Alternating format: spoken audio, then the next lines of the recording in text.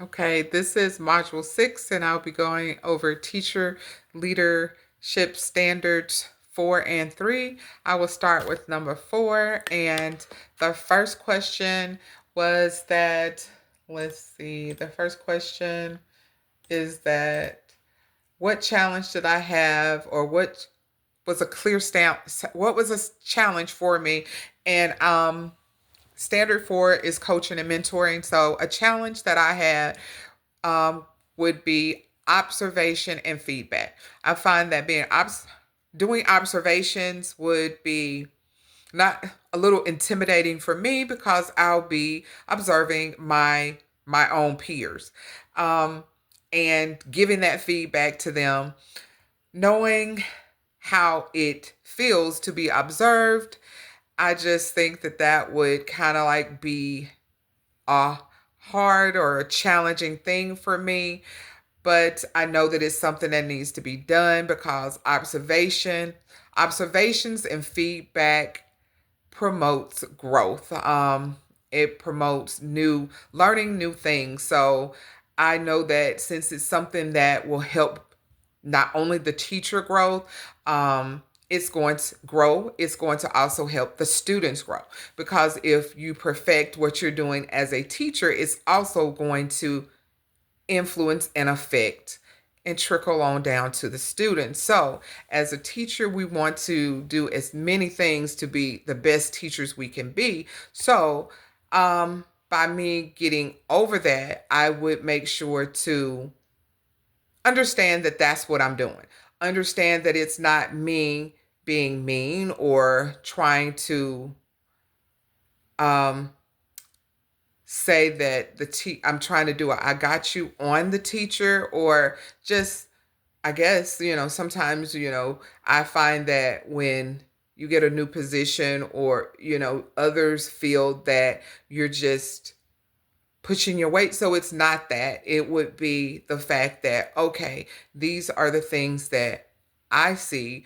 And maybe if we share them and we actually have this feedback and this dialogue about what's going on, we could get past that. So building that relationship with the the teacher or my peer, knowing that it's more of um it's about growth.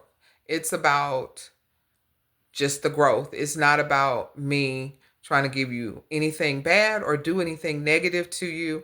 And I correlated this with Noel's readiness to learn.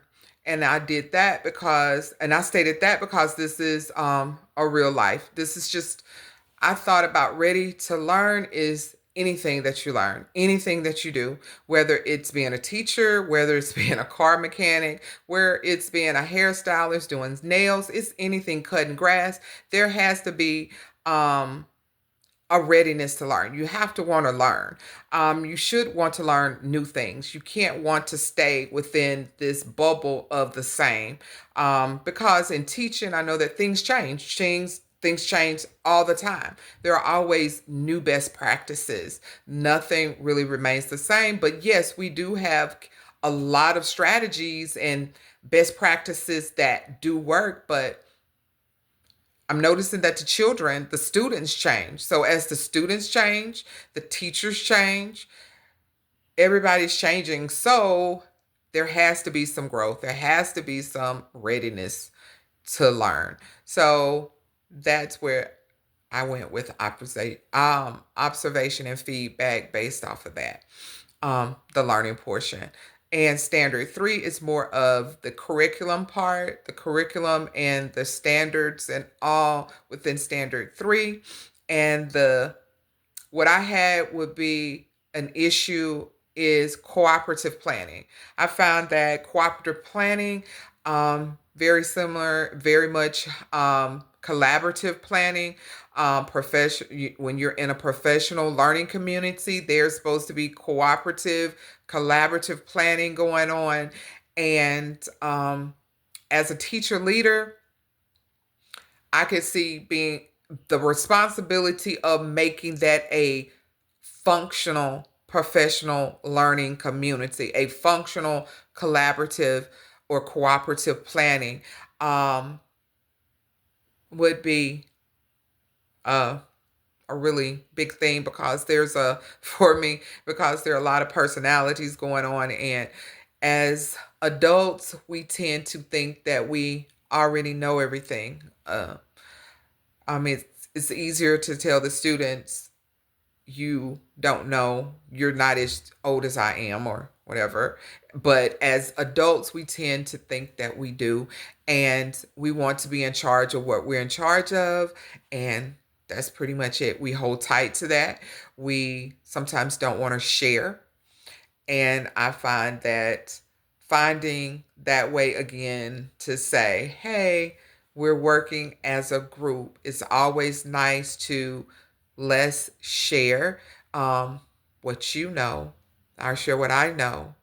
And, it's just, I know that I'm still a teacher, so I'm in professional communities right now, and you have those teachers who feel that they know everything, but everybody doesn't know everything.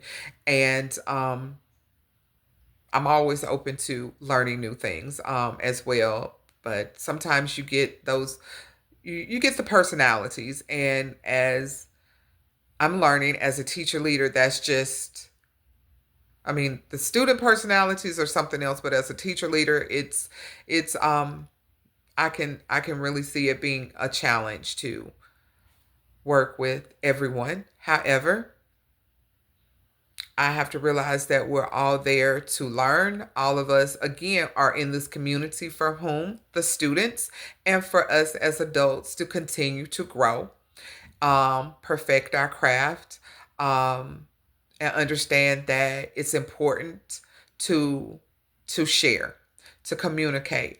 And I picked the Knowles Learning a Strategy for this one is the role of experience. Just because you should share your experiences, just because you experience something, that does not mean that you know it all. That means that there's always something to be learned. Um, even if it's even if you sit through a whole learning session, you should have come out of it with something new. It's almost sometimes when you read a book, you may have read the book, but you get something out of that book every single time that you read it, something different. There has to be a new something that you pick up. So I think that as the role of experience, everyone has to know to be able to get something more out of what they're learning. I find that that would be how I relate that to Knowles. Um, Everybody has different experience. My experience is different from the next person's experience. So I should be able to share that experience, and we should be able to use that experience to work cooperatively, collaboratively within our planning to make it useful and meaningful to what we're doing to help the students succeed, and as well as make us as the adults succeed as well. Um, so that would be my time for project 6.